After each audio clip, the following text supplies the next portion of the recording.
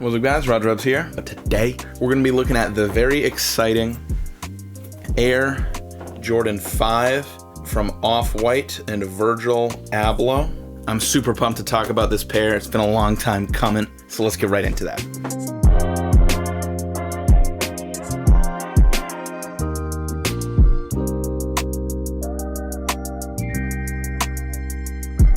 So this is obviously not the regular Air Jordan 5 with Off-White. This is a different colorway. This is a sample or an unreleased pair. I'm not actually sure which because there's not a lot of information about this specific pair of sneakers, this design, this colorway. Obviously the original Air Jordan 5 with Off-White and Virgil Abloh is supposed to be, as most of his collaborations with Nike are, a prototype. They're made of different materials. On this pair being primarily ripstop on the upper, having that translucent effect, and the Jordan 5 even having translucent hole. You can see my fingers blocking through it. It's fully translucent on those holes. All that's there is a tiny little panel of ripstop, of which Virgil designed to actually be cut through with an X-Acto knife or something of that sort.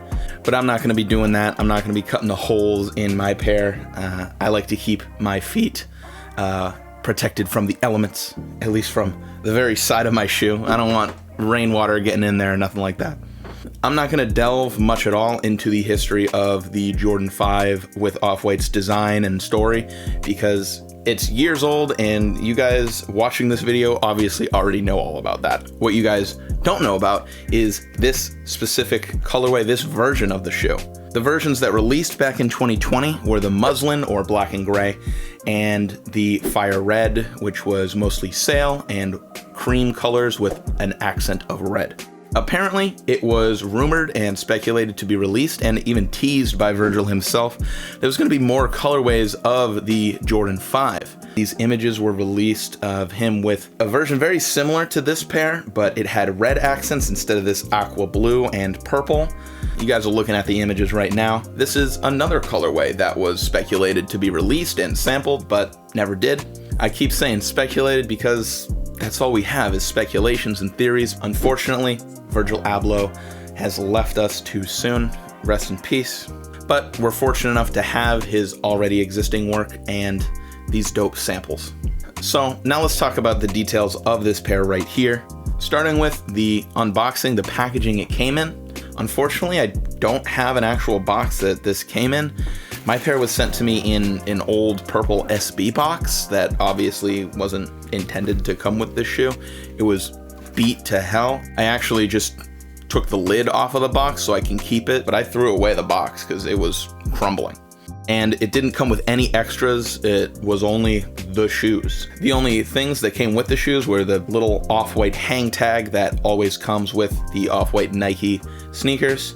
It is notable that it says 2020 on it, which is the same year as the original Off-White Jordan 5s. So interpret that as you will. Now that we're done with the unboxing and the extras, let's get into the actual shoe here. Starting with, of course, the sole. Now the outsole is pretty similar, if not identical, to the other Off-White Air Jordan 5s. We have this darker smoky gray cap on the toe, and then we move down to the gum yellowy forefoot with the Jordan Jumpman underneath it. Underneath the arch of your foot is that smoky gray again, and we have Nike embossed in the sole as per usual. And then the back of the heel, we're back to that gummy yellow color. On the midsole of the shoe, starting at the front, we have that smoky translucent gray, and then we move in with that yellowy gum color. Above that, we have the usual Jordan 5 teeth, as I like to call it, because it's inspired by old fighter jets that had shark teeth painted on them. That's what it's inspired by. On my pair, it's a nice cyan or aqua blue. And then the rest of the midsole behind that is just plain white. We have the regular Air Jordan 5 air bubble that you can see through. Let's move on to the upper, of which is made up near entirely by this ripstop material. At the front of the toe box, it's a nice bleach white.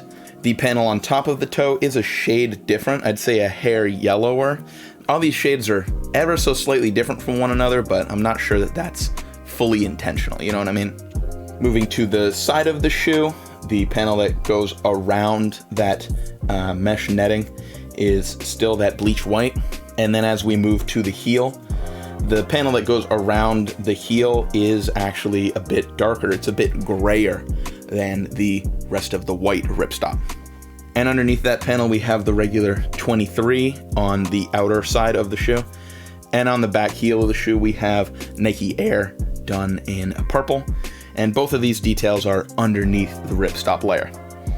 Other little details on the upper of the shoe would be that mesh netting that's on the inner and outer side of the sneaker. This is usual for an Air Jordan 5.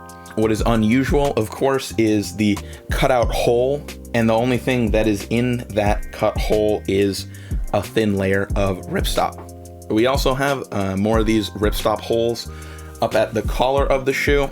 And the one on the outer side of the shoe is actually going where normally there would be extra padding on the Air Jordan 5, but on the off-white version here, it doesn't have any extra padding.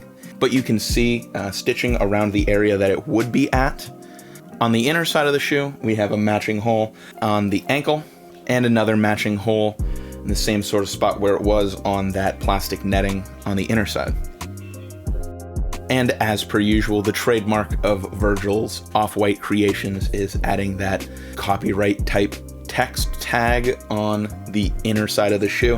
And it's actually on the ripstop underneath the netting, which I think is pretty neat. I think that's an interesting little touch, and I like that it's there instead of like pasted on top of everything.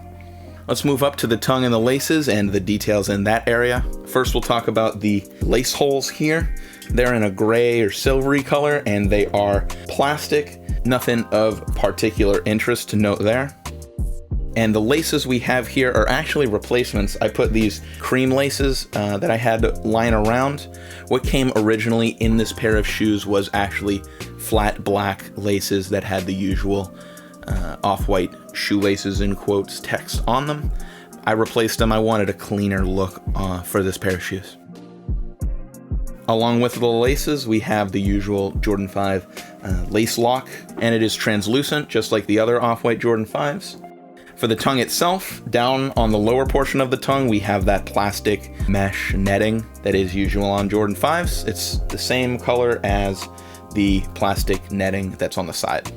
And then, of course, the top of the tongue, that signature flare from Jordan 5s. I can confirm it is obnoxiously reflective, just like other Jordan 5s. And it is embroidered and embossed with the Jordan Jumpman. We can actually see between the two different shoes, they are not symmetrical. On the right shoe I've been holding, we have that hole cut out kind of in the top right corner of the tongue. And then on the left shoe, we have actually a hole cut out in the middle of the tongue. It's much more obvious. So they are a bit asymmetrical. And also included on the tongue, and I suppose the top of the upper as well, we have the signature off-white Virgil Abloh unfinished edges. The edges of the shoe are left exposed and hanging out. That ripstop is left to flay out, and the foam is left to get stained and get ripped up as you wear them. I think that's my most favorite detail on these off-white Virgil sneakers, is that exposed foam on the top. Nobody else does that on their collaborations and their designs. It's just really unique. In regards to actually wearing this sneaker, obviously me holding it in my hands, you can see it's a little dirty. I have worn it a couple days now. I couldn't help myself before actually recording this video. I had to put them straight to feet. And I can say they're plenty comfortable. It's more stripped down, it's less bulky. I like that the area around the ankle is stripped down of all that extra padding. It's nice and thin. It's just easier to wear, and I think it's more comfortable that way. The comfort underneath your foot, the comfort of the sole, is standard for a Jordan 5, which is to say, it's middle of the road. And obviously, me being me, I do of course have boost foam insoles in this pair, just like I do with pretty much every pair of shoes that I have in my collection. And an additional thing to note with these shoes is because of the ripstop material used all over the upper, I would absolutely watch out for mud and puddles and getting dirt on these things, because it will stain, it will get underneath that ripstop, and it'll be incredibly difficult to get out.